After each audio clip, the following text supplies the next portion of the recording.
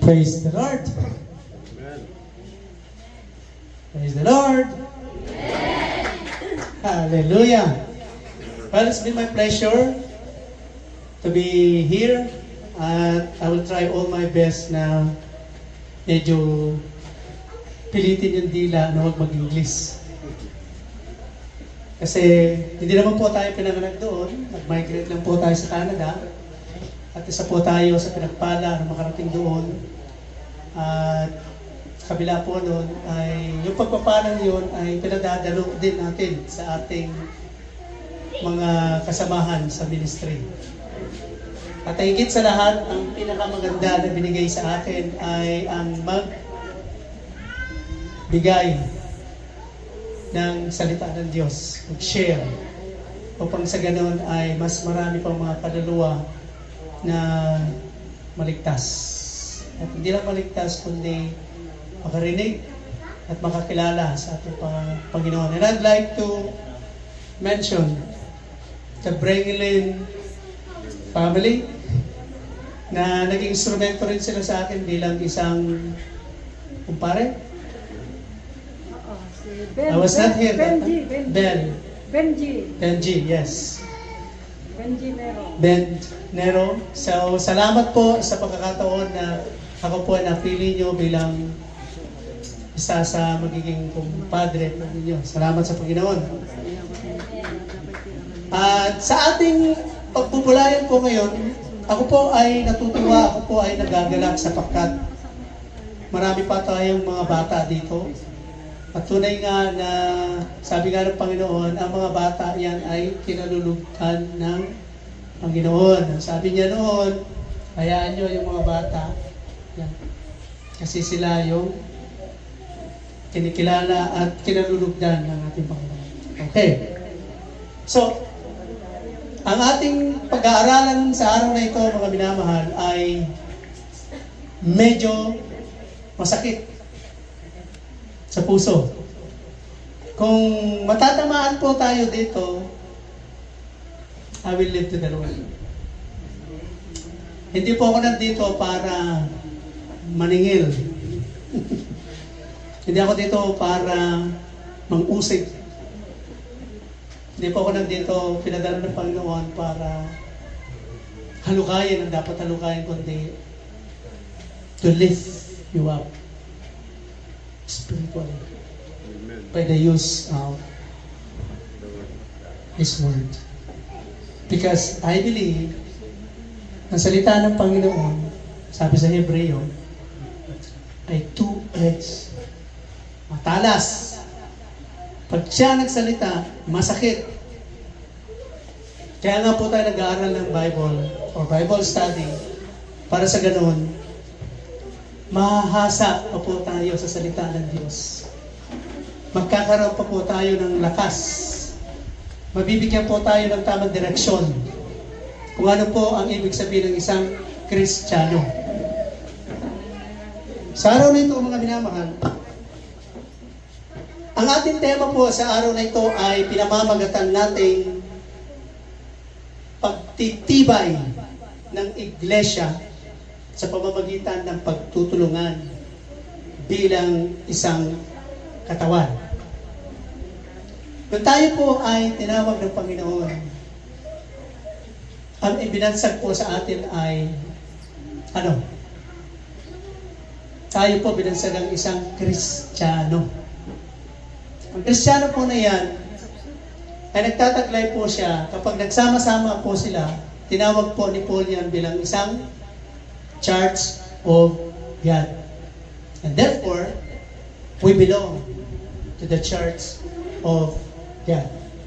Yung Church of God na yan, ang ating pag-uusapan ngayon ay patitibayin natin itong iglesyang ito at lahat ng mga iglesia na makakapanood po nitong ating recording video.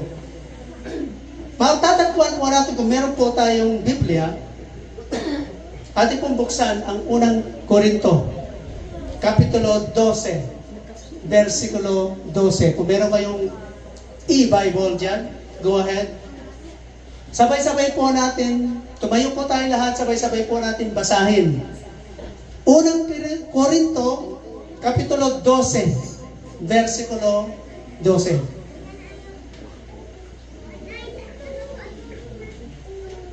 Sabi po niya doon,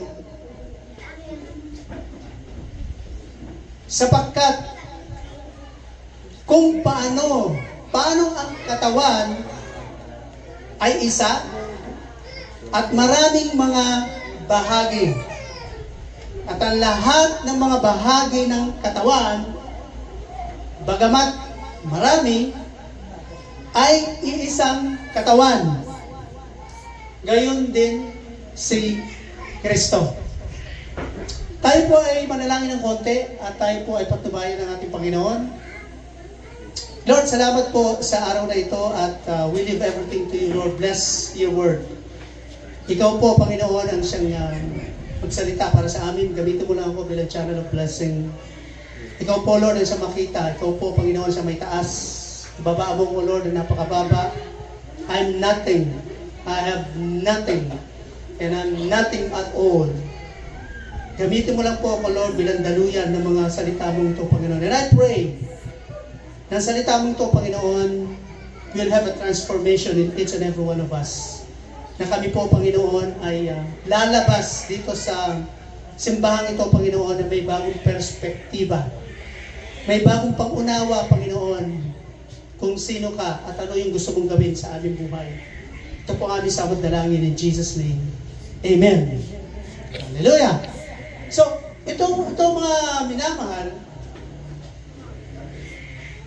ang pagtitibay ng iglesia sa pamamagitan ng pagtutulungan bilang isang katawan, ito po ay sinabi ni Paul upang ang bawat isa sa mga churches na ito ay magkakaroon ng tibay, ng samahan.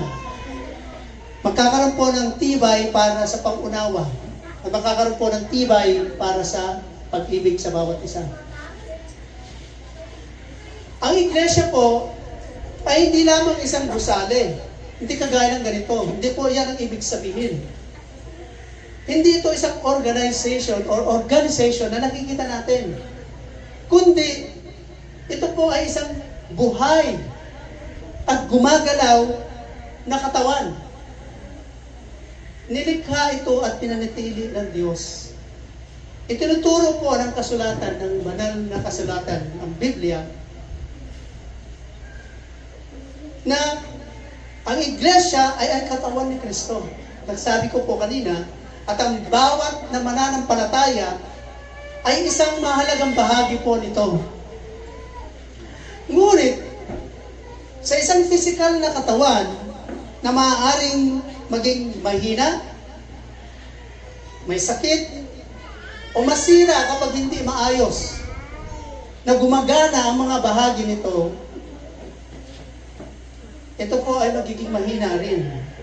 Ang iglesia kapag ang ito hindi nauunawaan ng mga mananampalataya at ang kanilang papel o tumatangging magtulungan. Kung nakikita po natin, marami pong mga churches na nahihirapan. Karamihan po dito sa Pilipinas, nakikita ko po yan dahil sa aking network ng mga pastors, mga mananampalataya. Meron po akong 2 GC kung saan sila po ay aking pinapakain ng salita ng Diyos. Sila po ay aking minementor. Nakita ko po, maraming mga simbahan na nahihirapan. Nahihirapan po, bakit? Hindi dahil sa panlabas na pag-uusig. Hindi. Kundi, dahil ang mga miyembro nito ay hindi gumaganap ng kanilang tungkulin. Kaya ang church ay nahihirapan. May mga nakaramdam ng mga walang halaga at iniisip nila na wala silang mayambag sa kanilang iglesia. Mayroon naman tumatangging magpagtulungan. Dahil sa ano? Pagmamataas. Competition. O pagkabaha-bahagan. May mga miyembro na talaga namang mahina ang kanilang spiritual. Granted po yun. And that is part of my Christian life. Habang yung iba naman ay sinusubukang gawin ang lahat ng mag-isa. So, merong isa sa iglesia na jack of all trades. Na gusto niya, ako gagawa niyan, ako gagawa niyon. Akin ito, akin yan.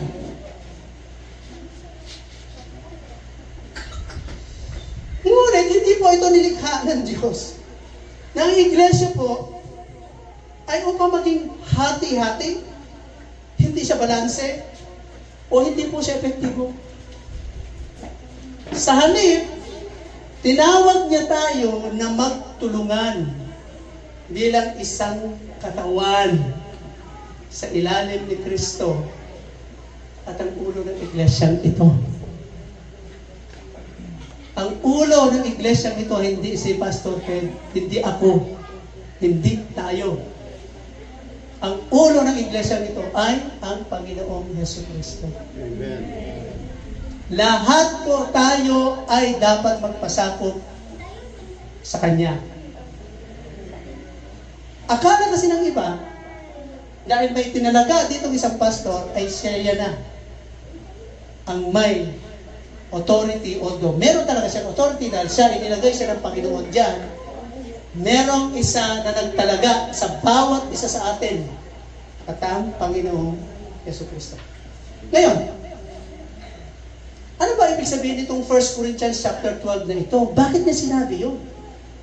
Bakit niya sinabi doon sa chapter 12 verse 12? Nasabi niya, sapagkat kung ang paano ang katawan ay isa at may maraming mga bahagi at ang lahat ng mga bahagi ng katawan, bagamat marami sila, ay iisang katawan, gayon din naman si Kristo. Ano bang konteksto nito? Bakit niya binanggit yun sa 1 Corinthians chapter 12? Kung meron pa kayong time, pag uwi ninyo, basahin niyo yung 1 Corinthians chapter 12. Malalaman po natin kung ano ibig sabihin. At sasabihin ko po sa inyo ngayon. Isinulat po ito ni Apostol sa liham na ito sa mga taga-Korinto. Dahil ang kanilang iglesia noong panahon na yan ay nakakaroon ng inggitan. So, ibig sabihin, it's not new. Hindi na bago ito. Kung may nakakainggitan man dito sa iglesia nito, hindi na bago. Nangyari na yan sa panahon ni Paul. Kaya niya sinulat ito eh. Hindi lang yun. Merong pagmamataas at may pagkabaha-bahagi tungkol sa mga espiritual na kaloob at ang mga pamumuno. Sa panahon yan, may mga miyembrong iniisip na ang mga kaloob ay mas mahalaga kaysa sa iba. Habang ang ilan nakaramdam ng walang kahalaga sa iglesia sa panahon ni Paul na yan. Kaya nga po, isinulat ni Paul sa 1 Corinthians na yan, itong chapter 12. Dahil ginamit po ni Pablo ang halimbawa ng katawan ng tao upang ipaliwanag na ang bawat mananampalataya ay may mahalagang papel sa pagpapatibay ng iglesyang ito. Amen.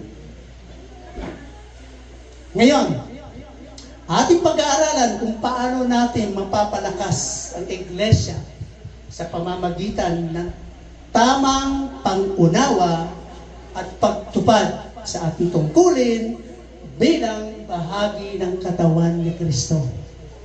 Number 1, ang iglesyang ito at ang lahat ng mga iglesia na nakikita natin ay isang katawan na maraming miyembro. Letter A, bawat mananampalataya ay may layunin sa iglesia. Ewan ko, natanong na ninyo sa sarili niyo yan. Ano ba layunin ko dito? Ba't ako nandito? Hindi po tayo nandito ng Ganun lang. Na, bigla ka na lang nagising. Ba't ako nandito?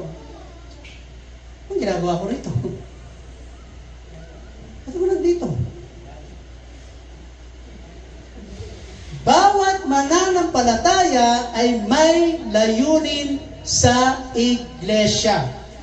Hindi po tayo tinawag ng Diyos ang kahit sino man sa atin, sa ating kaligtasan, nang hindi rin sila tinawag upang maglingkod sa kanyang katawan.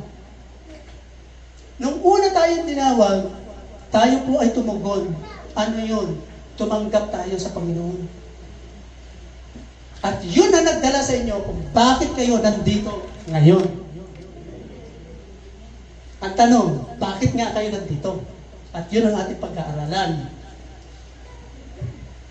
Ang bawat Kristiyano ay hinubog. Kaya nga gano'n tayo Bible study. Hinubog. Ako nang huhubog ako ng mga pastors. I teach them. Alam niya ni kumpadre. Kasama ko siya sa GC. Ang bawat Kristiyano ay hinubog, pinagkalooban, at inilagay sa iglesia para sa isang natatanging layunin. Anong sabi sa 1 Corinthians chapter 12, verse 14? Kung babasahin natin lahat yung buong chapter na yan. Sinabi niya doon, sapagkat ang katawan ay hindi binubuo ng isang bahagi lamang. Kaya nga tignan yung sarili niyo, di ba? Kompleto tayo. You have eyes, you have nose, you have ears. Kompleto. Kundi, bahagi ng marami. So, wala pong mananampalataya na walang halaga o hindi kailangan. Bawat isa po sa atin ay may mahahalagang tungkulin upang patatagin ang buong iglesia. Halimbawa, isipin natin, nagising tayo na isang umaga, biglang hindi na gumalaw ang paa. Mangyari? Hindi ka na makalakad. Nahihirapan ang buong katawan mo. Diba? Sa umaga, bigla ka lang nagising.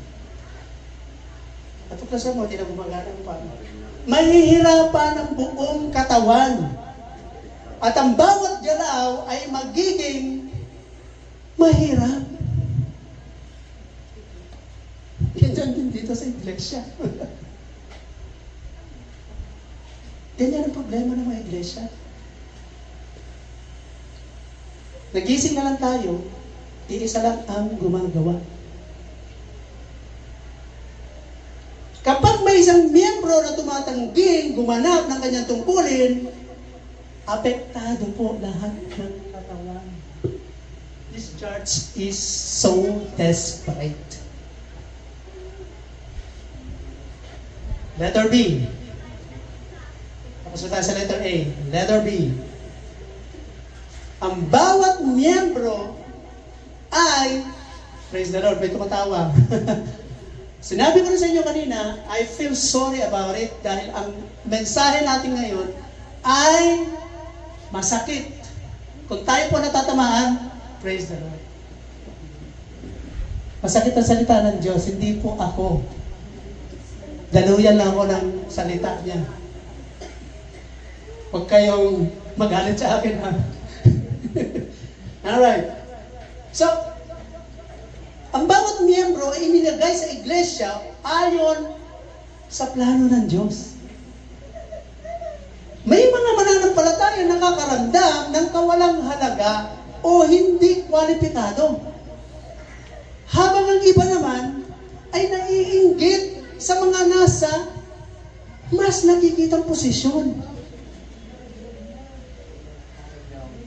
Ngunit itinuturo ng kasulatan ito na ang Diyos mismo ang nagtagda kung saan tayo nabibilang sa katawan ni Kristo. Anong sabi sa 1 Corinthians chapter 12 verse 18? Sabi niya, ngunit tayo nga'y inilagay ng Diyos ang bawat isa sa mga bahagi ng katawan ayon sa kanyang kalooban. Mga kapatid, ang iyong papel sa iglesia ito ay hindi po aksidente. Ito ay bahagi ng perpektong plano ng Diyos. Makita natin, nung tayo po ay tinawag ng Panginoon, ay tayo po ay tumugon. Yun po isa sa mga perpektong plano ng Diyos sa atin. Na tayo po ay tinawag at tayo po ay tumugon. Kaya kung meron po dito na hindi pa tumugon, hindi pa nakakakilala, I suggest, lapitan po ninyo ang mga spiritual leaders to know more about Jesus, to know more about Him, para makatanggap din tayo ng pagpapalang yan. Ang pagpapalang yan ay ang buhay na walang hanggan. Hindi kayang bayaran ng perang yan. No. So, makikita natin na dapat po natin iwaksi ang paniniwala na may mas mahalaga o hindi mahalagang miyembro ng iglesyang ito. Sa katotohanan po talaga, bawat katungkulan po ay mahalaga.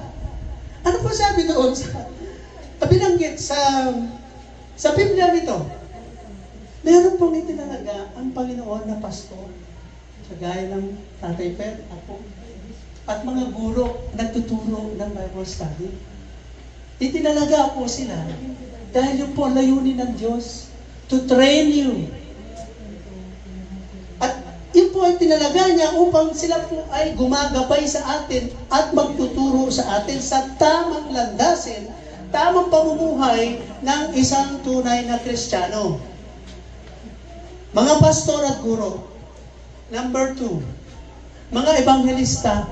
Kaya nga po nakikita ninyo, ang dami-dami dyan sa labas nagpa-preach. They are the evangelists. Yung po, tinawag sila doon. Tinawag siya ng Panginoon doon. Nangangaral po sila sa mga hindi pa nakikilala kay Kristo. Pangatlo, mga tagapagpuri, tinawag kayo. Hallelujah! Ang gagaling ng mga praise and worship. Sa pangunguna ng ating kapatid. Praise the Lord. Tinawag po sila dyan. Hindi po aksidente na nandyan siya. Tinawag po siya dyan. Sila yung mga nagpa-praise and worship, sila yung nagbibigay ng vibrant kung paano tayo magpuri sa Panginoon.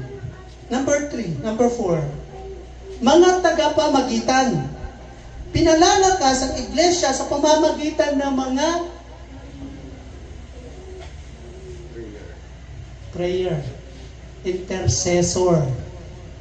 Meron ba sa atin dito? Intercessor prayer? Kung wala, it's about time to have one. Sila po yung mga tinawag ng Diyos upang tagapamagitan. Di ba? Di sabi pag may problema tayo, sino tinatawagan natin? Si pastor. Pastor, pwede ba pag-pray nga ako sa gano'n? Pastor. O kaya, Brad. O kaya pag sino yung gusto yung komportable kayo, sis, Brad, pag-pray nga ako. They are called to be an intercessor.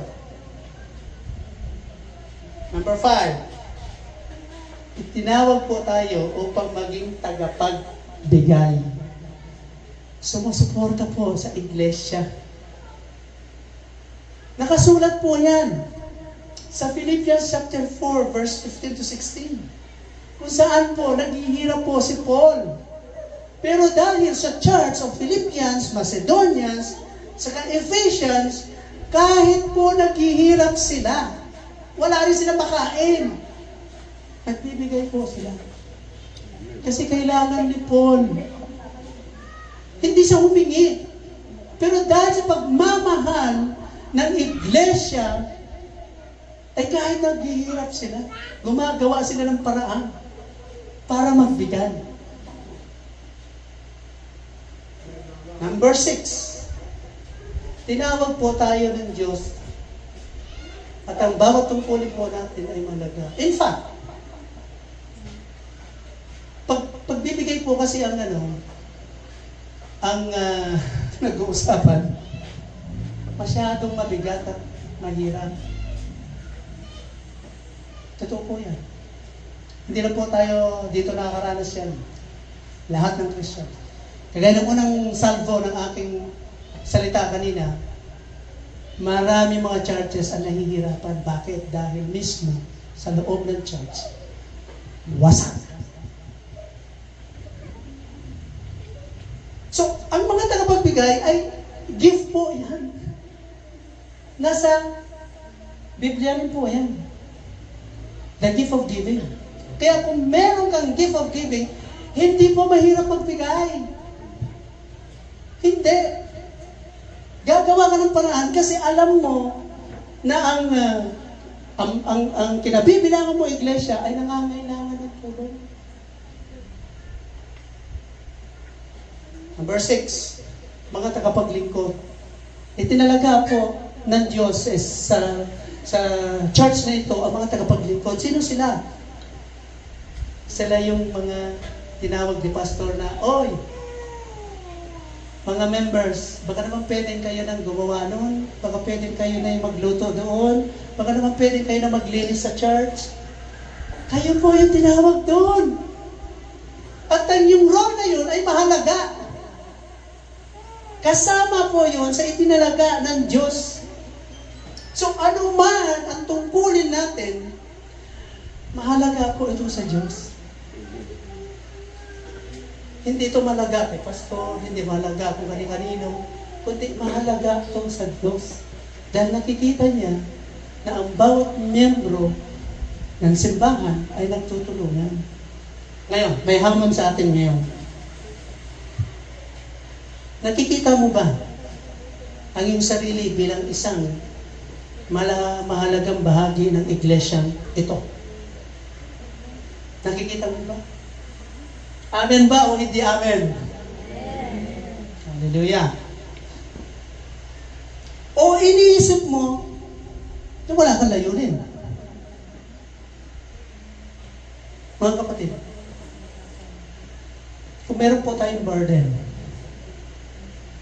hingin po natin sa Panginoon at ibibigay po niya.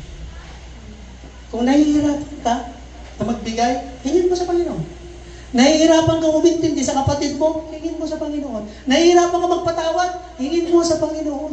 Nahihirapan kang umunawa, hingin mo sa Panginoon.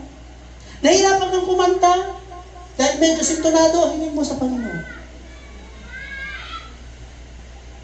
O nahihirapan kang mag-attend every Sunday, dahil meron kang ibang mga pinagkakaabalahan, hingin mo sa Panginoon. Dahil ang gusto niya, kapag nakikita natin ang mga kasamahan, mga kapatiran, lumalakas tayo. May sinasabi natin na, welcome. May sinasabi natin na, oh, nakita ko na naman ang kapatid, niyaya ka. Lumalakas po tayo. Isipin natin ha, ito na lang ang nag-attend, wala na kayo lahat. How do you feel? Malungkot. Sabi natin na sa aling kapatid, ano nangyari sa kanya?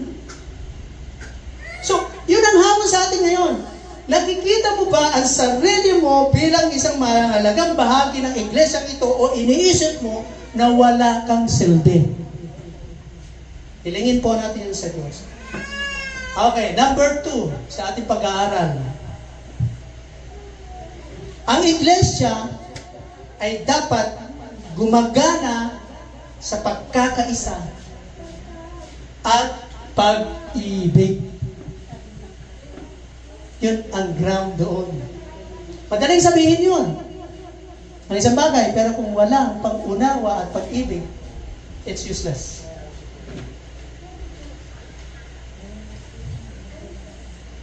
Letter A. Ang isang hating iglesia ay mahinang iglesia. Hati sila.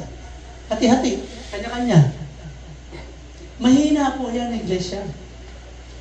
Ang pinakamalaking panganib sa iglesia ay hindi ang panlabas na pag-uusig. Hindi. Kundi ang ang pagkawatak-watak sa loob. Yan ay strategy ni Satan na pag-awayin ang mga mananampalataya. Na ito ay naging sanhi ng mga inggit. Sama ng loob at pagkababahagi. Ngunit, tinawag tayo ni Jesus na maging isang katawan na nagtutulungan sa pag-ibig. Ano po sabi niya sa John chapter 13 verse 35? Sa pamamagitan nito ay malalaman ng lahat ng mga tao na kayo ay aking mga alagad kung kayo ay may pag-ibig sa isa't isa. Hindi po yun sa dami natin dito. Hindi po yan will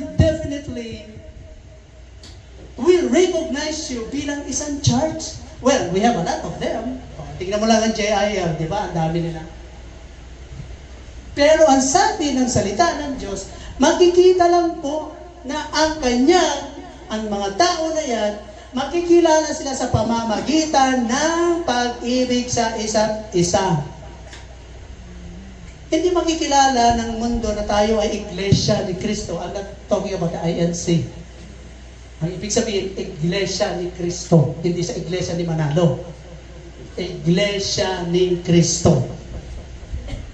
Hindi makikilala ng mundo na tayo iglesia ni Kristo dahil lamang sa ating mga gusali, dahil sa dami ng miyembro, o sa magaganda nating programa, kundi dahil sa ating pag-ibig sa isa't isa. Tulad ng isang physical na katawan na hindi maaring gumana ng maayos kung ang isang bahagi nito ay may infection o nasusugatan. O di ba, magkaroon ka lang ng ingrown? Hindi ka na makatulog. Hindi ka na makakain. Ingrown lang yan. Paano ko yung ngipin? Sumasakit mo magdamag. Wala kang ginawa, kundi umatungan ng umatungan. Di ba masakit? Hindi nakakagalaw ang katawan mo ng maayos. May sakit eh. Kaya sabi ko nga, tulad ng isang physical na katawan na di maaaring gumana ng maayos, kung ito'y may isang bahagi ng infeksyon o nasusugatan, hindi rin naging epektibo ang iglesyang ito kung ang mga membro nito ay may mga alitan at hidwaan. Parang sakit. May isang ganon, sakit po yun. Sa palagay nyo, gagana itong iglesia nito. Hindi. Letter B. Ang iglesia po ay malakas kapag ang miyembro ay nagtutulungan. O, di ba? Ang katawan, hindi ito nakikipaligsahan sa sarili nito. O, subukan nyo maglakad. Pwede ka ba maglakad ng ganyan? Hindi, di ba? Di ba lakad ganyan? Synchronize? Ha? Hindi sila nagpapaligsahan. Because they are designed sa katawan ng tao para gumawa ng sarili nilang role. Hindi rin nakikipag-agawan ang puso sa baga dahil may sarili-sarili silang role. Isipin nyo na lang, kung sino dito mga nursing students o mga medical students. Di ba, mayroong veins? Maraming veins yan. Yung ibang veins dyan is carrying out a blood. At yung blood na yun, meron silang tinatawag na, I'm not a nursing. Sa IT po ako. Those veins are carrying blood. At ang blood na yun ay tinatawag na oxygenated. Not oxygenated. Pag yan na nawala sa ano mo, sa katawan mo, ano mangyayari? Nagkaroon ng oxygenated, nawala ng oxygen. Puso ka agad ang titirahin nun. Paksa ka agad, patay ka nun. So hindi po nakikipagpaligsahan ang puso sa baga because they have their own function to carry out. At hindi naiinggit ang mga kamay sa mga paa. Well, siguro, yung mga sinilang na walang mga kamay, hindi gamit ka ng paa para kumain. But in a normal circumstances, na tayo po ay kompleto, pwede bang yung paa mo, gamitin mo kumain, hindi kamay na. Hindi na gamitin mo kumain. So, hindi sila nagipagpaligsahan. Sa halip, ang bawat bahagi ng katawang ito ay nagtutulungan upang mapanatiling malakas ang buong katawan. May isang istorya.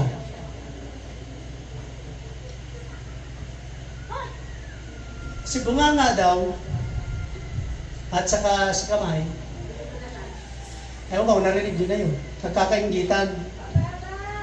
Ang sabi ni Kamay, alam niya, ito si Bunganga lang ginawa, kundi kumain ng kumain. Ang takaw. Sabi ni Kamay, sabi ni nagtampo si matampo yung Bunganga. Sige, kayo, bahala kayo, hindi ako makain. Hindi kumain si Bunganga ng 5 araw. Ano nangyari sa katawan?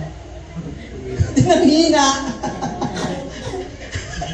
Nanghina. Sabi ni Kamay, Bunganga, kumain ka na, please, kasi nahihirapan na kami, hindi ako magagalaw.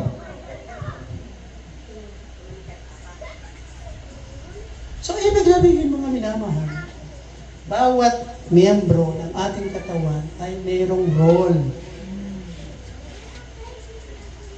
Kung isa dyan ay may sakit, kawawa ang katawan. Hindi gumagana ng maayos. Sinabi po sa Ephesians chapter 4, verse 16, mula sa Kanya ang buong katawan na pinagkaisa at pinagtibay ng bawat litid ayon sa tamang paggawa ng bawat bahagi upang ang katawan ay lumago at mapatatag sa pag-ibig. So, ang bawat mananampalataya ay naglilingkod ayon sa kanilang itinakdang papel ng Diyos, maging espiritual man ito, upang mapalakas, malusog at epektibo ang iglesyang ito. Ano-ano yung mga qualities na isang matatag na iglesia? Ito. Ang isa pong matatag na iglesia ay malalaman po natin kung saan ang mga tao ay mabilis magpatawad. Meron pa sa inyo dito mayroong magpatawad? Mayroon pa ditong matampuhin na pinagsabihan lang, ayaw ko na doon, ayaw ko na bumalik doon, ayaw ko na mag-practice, ayaw ko na doon. Ang daming reklamo. And I say it again, hindi ako dito para mang-usig sa inyo. Ang salita ng Diyos ang nang-uusig sa ating lahat. Malalaman natin na isang matatag na iglesia ay ang mga miyembro ay naglilingkod ng may kagalakan. Ang mga pinuno ay namumuno ng may pagpakumbaba. At ang lahat ay sama-samang mananalangin. Yun po ang isa sa qualities ng isang matatag na iglesia.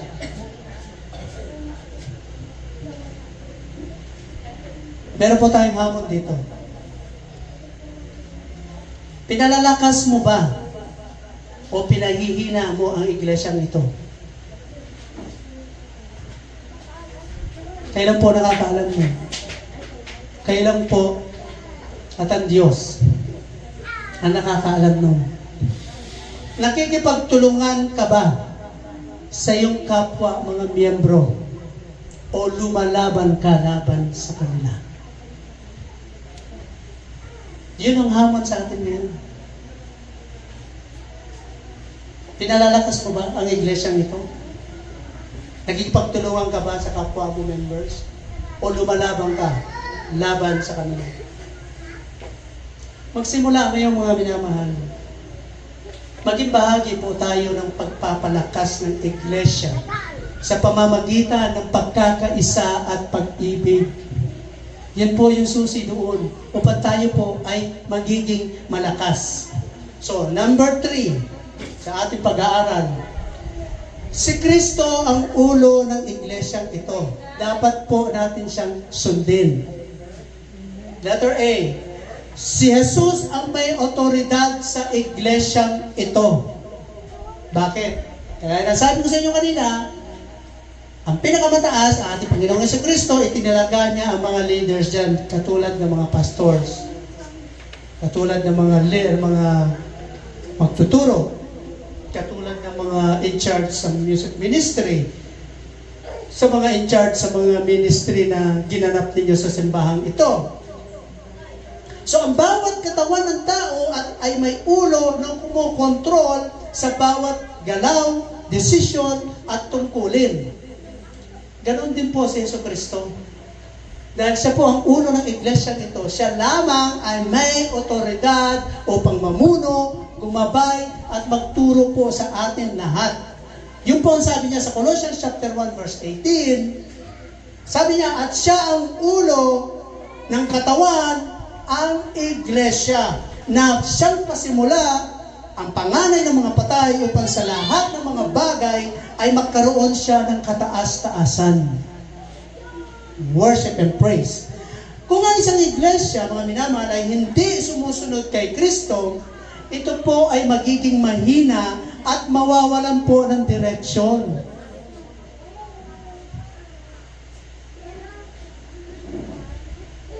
Isipin niyo po, kung ating pastor ay hindi sumunod sa ulo. Sa palagay niyo ba, hindi na pa kayo? Close na yan. Wala na charge.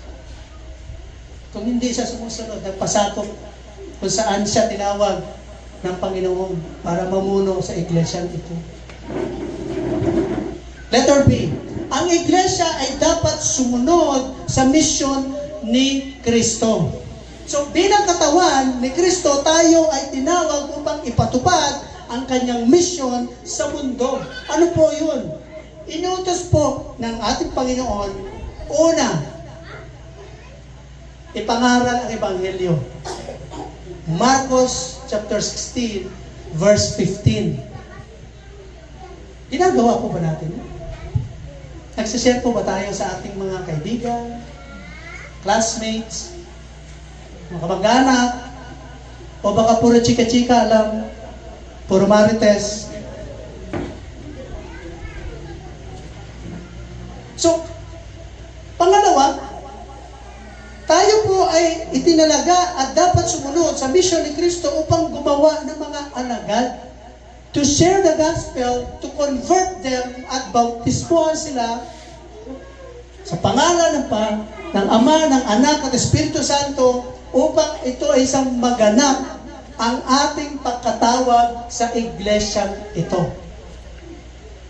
Number 3, tayo po ay, ang iglesyang ito ay dapat sumunod sa misyon ni Kristo upang maging liwanag sa mundo. Yun po ang mahirap. Kung tayo ay lumalakad sa mundong ito, na wala ng ilaw, hindi na nakikita na tayo po ay Kristiyano. Na Kristiyano lang tayo kapag nandito tayo sa loob ng iglesyang ito. At paglabas, wala na. Parang wala nangyari. So, ang isang matatag na iglesia ay hindi pasibo, hindi sa passive. Ito po ay isang aktibong umaabot sa mga nawawala at gumagawa ng pagbabago. Kung masyado po tayong nakatuon sa mga panloob na bagay, ngunit hindi na natin naaabot ang mga iba, tayo po ay nabibigo bilang katawan ni Kristo. So, meron tayong hamon ulit ngayon. ang iyong iglesia ba ay tunay na sumusunod kay Kristo o nawawala na sa tamang landas? Tayo po ay lumapit sa Panginoon at tayo po ay manalangin. Hingin po natin sa Kanya. At tayo po ay gamitin niya upang tayo maging channel of blessing. Blessing ng salvation, ng buhay na walang hanggan na yan na itinawag sa atin at sineshare naman natin sa ibang tao. So bilang panghuli, kung nais po natin patatagin ang iglesia nito, kilalanin po natin na ang bawat miyembro ay may layunin. Ikaw at ako ay bahagi po ng katawan ni Kristo. At ito po, mahalaga ang papel ng bawat isa sa atin. Number 2, magkaisa sa pagmamahal at pagkakaisa. Ang isang nagkakaisang iglesia ay makapangyarihan. Hindi siya one to many, kundi many to one. Ngunit ang isang hating iglesia ay ito po isang mahina. Number 3, tayo po ay magpasakop kay Kristo bilang isang ulo ng iglesyang ito. Ang tunay na lakas ay nagmumula kay Jesus sa pagtupad ng kanyang misyon. Ngayon, ang tanong natin sa panghuli, mga binamahal, ginagampanan mo ba ang iyong bahagi sa katawan ni Kristo? Okay na ba tayo sa ganitong sitwasyon? Tayo ba ay satisfied na sa ganito na lang? Dumating, umalis, darating kung kailan natin gusto darating, and then let anybody will work. Let everyone will work. I don't care. Ginagampanan ba natin ang bahagi sa katawan ni Kristo? So, I pray, mga kapatid, na tayo po ay titindig bilang isang katawan, nagkakaisa sa layunin, naglilingkod sa pagmamahal, at sumusunod kay Kristo upang ang kanyang iglesyang ito ay magiging matatag. Hallelujah! So, yan po ang mensahe ng ating Panginoon sa araw na ito at tayo po magpasalamat, tayo po ay tumayo lahat. Lord, salamat po, Panginoon, napakaganda ng iyong mensahe sa amin sa araw na ito. Purihin ka, Panginoon. Kung kami po, Panginoon, ay nasaktan, forgive us, Lord. Tulungan niyo po kami, Panginoon, na makilala namin kung ano po layunin namin sa simbahang ito. Tulungan niyo kami, Lord, na matuto na makipagtulungan, matuto, Lord, na umunawa, magpatawad, matuto po na sumunod kay Kristo at sumunod sa mga leaders na ipinalaga ng church na ito, Panginoon. Tulungan niyo po kami, Lord, na bigyan ng submissive heart. Tulungan niyo po kami, Panginoon, na patatagin ang iglesyang ito sapagkat dito po kami tinawag. Dito niyo po kami tinawag. Dito niyo po kami hininang, pinalakas. Lord, tulungan niyo magkaisa ang simbahang ito, Lord, upang sa ganun, ang layunin mo ay mapalakas at hindi lang yon, mabahagi ang gospel for those who doesn't know Jesus at magsabit sa iyo sapagkat ikaw ang ulo ng iglesyang ito. Ito po ay aming hinihiling, Lord, hinihingi. That is our prayer in Jesus' name. Amen. Praise God. Hallelujah. Maraming salamat po, Pastor, sa iyong napakagandang mensahe. Talagang nakaka-speechless naman. So, ay bakar kakabsat ni Pastor nga Dionisio, no, dapat iti mainayon na kapsat. So,